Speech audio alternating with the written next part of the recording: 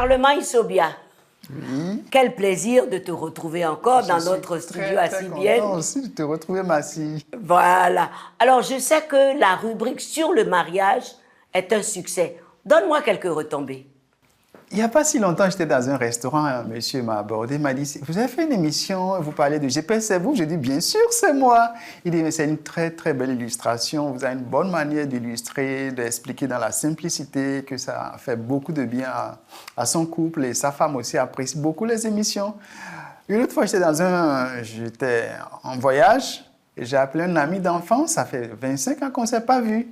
Et il m'a dit, mais je t'ai vu à la télé la dernière fois, tu expliquais comment ta femme, malgré ses études, malgré le fait qu'elle est plus intello, comme on dit que toi, elle est très soumise à la maison, que ça lui a vraiment fait beaucoup de bien, beaucoup de plaisir. Ah. Donc, ici et là, on a de très, très bons témoignages et nous rendons gloire à Dieu, nous disons gloire à Dieu. Vraiment, vraiment. Alors aujourd'hui, il y a un thème précis. Que signifie le mari chef de famille? Oui, mari chef de famille, il faut définir d'abord la famille. Oui. Le mariage est une institution de Dieu. La Bible nous dit dans Genèse 2,24 que l'homme quittera son père et sa mère, s'attachera à sa femme et les deux deviendront une seule chair. De cette union peut naître des enfants et c'est une bénédiction d'avoir des enfants puisque Dieu nous dit soyez féconds. Donc, ça fait un groupe d'hommes. Le mari, la femme, les enfants, c'est ce que nous appelons famille. Oui. Et là où il y a un groupe d'hommes, une équipe, naturellement, il faut un leader, naturellement, il faut quelqu'un pour diriger. Oui. Et c'est celui-là qui est le chef de famille. Mais en même temps, il faut dire qu'ils sont égaux. Ils sont tous égaux. Si le mari est le chef de famille, ça ne veut pas dire qu'il est supérieur, que la femme est inférieure. Ils sont égaux. Mais un groupe d'hommes, il faut naturellement quelqu'un pour être devant. Bien Et sûr. Dieu qui a institué le mariage a désigné l'homme comme étant le chef de famille, le chef de cette équipe. Donc, on doit bien avoir en tête que le mari est le chef de famille. Tout à fait. C'est vrai cette signification. que selon les pays, la loi a modifié les choses, mais allons toujours vers celui qui a institué sa chose. C'est Dieu qui a institué le mariage, la famille, et c'est lui qui nous dit que le mari est le chef de famille. Mais je comprends qu'il y a beaucoup de problèmes parce que les interprétations ici et là font qu'il y a beaucoup de dérives. Beaucoup, parce que Oui. quelquefois le mari ne prend pas sa place de chef de famille. C'est plus que ça même. D'abord, quand nous revenons au livre de Genèse, toujours à la création, quand il y a eu la chute, c'est vrai que ça a commencé, je m'excuse, par Ève. Mais quand Dieu est venu, Dieu n'a pas interpellé Ève, Dieu a interpellé Adam. Ouais. Ça veut dire que le chef, c'est à lui que Dieu a donné la feuille de route. Et quand Dieu est venu naturellement, en tant que chef, Dieu l'a interpellé par rapport à cela. Ça veut dire que le chef doit répondre devant Dieu et il est responsable de tous les aspects de la famille. Je dis que même s'il y a gaspillage du sel à la cuisine fait partie de la famille de la maison et il est chef. Oui. Et il doit répondre de cela devant Dieu. Si nous comprenons déjà les choses de la sorte, je pense que nous allons exercer notre rôle de chef de famille avec beaucoup de crainte et beaucoup de tremblement. L'erreur vient du fait qu'on ne voit pas la chose sous cet angle. On se dit, je suis le chef, je peux tout me permettre. Et or, on ne peut pas tout se permettre. Donc, quelle est la solution que tu donnes? Je dirais qu'il faut chercher à comprendre le vrai chef. Le chef des chefs, c'est Dieu. Okay. C'est chercher à savoir comment lui, il exerce son leadership.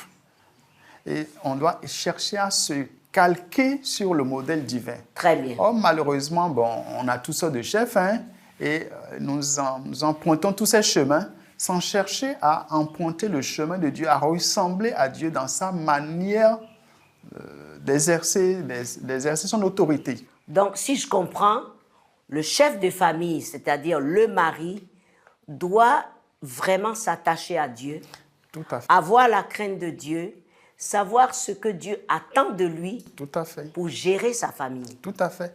Et ça vient comment pratiquement? Par la lecture de la parole, par la prière? Allez-y. Je donne un exemple qui m'a marqué, qui m'aide dans ma manière de diriger. J'essaye. Joseph était là. Il ne pouvait pas imaginer ce que Hérode était en train de tramer contre je m'excuse, le petit Jésus, l'enfant Jésus. Oui. Mais Dieu a dit divinement à Joseph que Hérode est en train de faire ceci, de prendre Marie et l'enfant, de fuir et d'aller en Égypte. Et ils sont partis en Égypte. Et quelque temps après, Hérode est venu tuer tous les enfants qui ont au plus 2 ans. Imaginons que Joseph n'était pas en relation, en connexion vraiment avec Dieu. Qu'est-ce qui allait se passer? Ça veut dire que le chef, il prend des décisions, mais en restant vraiment connecté à Dieu. En tant qu'être humain, je ne peux pas savoir ce qui va arriver dans 1 heure, dans 2 heures, dans 3 heures. Donc, je peux décider d'envoyer mon enfant au Canada faire des études, je peux décider de faire ceci. Mais lui qui connaît l'avenir, il est mieux placé pour me dire, va dans telle direction, va dans telle direction. Et malheureusement, nous ne nous connectons pas vraiment à Dieu, donc nous prenons des décisions par notre sagesse. Donc, le chef ici doit être attaché à Dieu de la même manière où Joseph est allé en Égypte parce que conduit par Dieu. Et même en Égypte après, Dieu va dire encore à Joseph, Hérode est mort, retourne. Donc, on voit que tout ce que Joseph fait, même pendant les fiançailles, il voulait rompre avec Marie. Et Dieu l'a interpellé pour dire non, Marie est tombée enceinte par la vertu du Saint-Esprit. Donc, on voit quelqu'un qui ne fait rien de lui-même. Tout est conduit par Dieu et ça fait qu'il y a une certaine sagesse qui émane de sa manière de diriger. Et lorsqu'il y a cette sagesse, la femme se sent en sécurité et elle vous suit.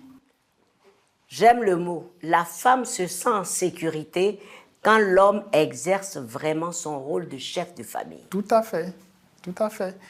Chef ici qui ne veut pas dire qu'il ne communique pas avec sa femme. Oui, il faut vraiment parler de cet aspect-là. Oui, qu'il ne communique pas avec sa femme, qu'il se lève et... Non, non. Il y a beaucoup de décisions qu'on peut prendre dans la simplicité en échangeant. Elle a des fois l'intuition, la femme, donc il faut l'écouter. Les enfants aussi, les associer selon leur âge, etc., etc. Mais la décision finale revient au chef qui prend la responsabilité parce qu'il est aussi responsable devant Dieu. Et que madame doit écouter. Que madame doit écouter, on en parlera après quand dans une autre rubrique. Le chef aussi est celui-là surtout qui protège. Oui. Protège l'image de sa famille. Protège l'image de sa famille. Ça veut dire qu'en tant que chef, je ne dois jamais aller raconter ici et là les défauts de ma femme. Si Dieu devrait montrer nos erreurs à tout le monde, on allait tous rentrer sous terre. Oui. Mais Dieu ne va pas ne s'expose pas. Ouais. Donc Dieu est celui-là aussi qui pourvoit à nos besoins. Il est le berger. Donc le bon mari, le chef, doit subvenir aux besoins de sa femme et de ses enfants. Mais aujourd'hui, de plus en plus, je m'excuse, il y a des maris qui aiment bien rester derrière la femme pour profiter d'elle. Bon. Ce n'est pas une bonne chose. Le mari doit travailler par rapport, subvenir aux besoins de la famille.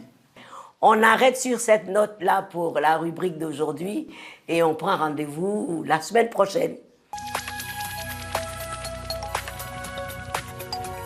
Si vous avez des questions spirituelles, des besoins de prière ou même si vous avez besoin de conseils, n'hésitez pas à nous contacter aujourd'hui au numéro suivant.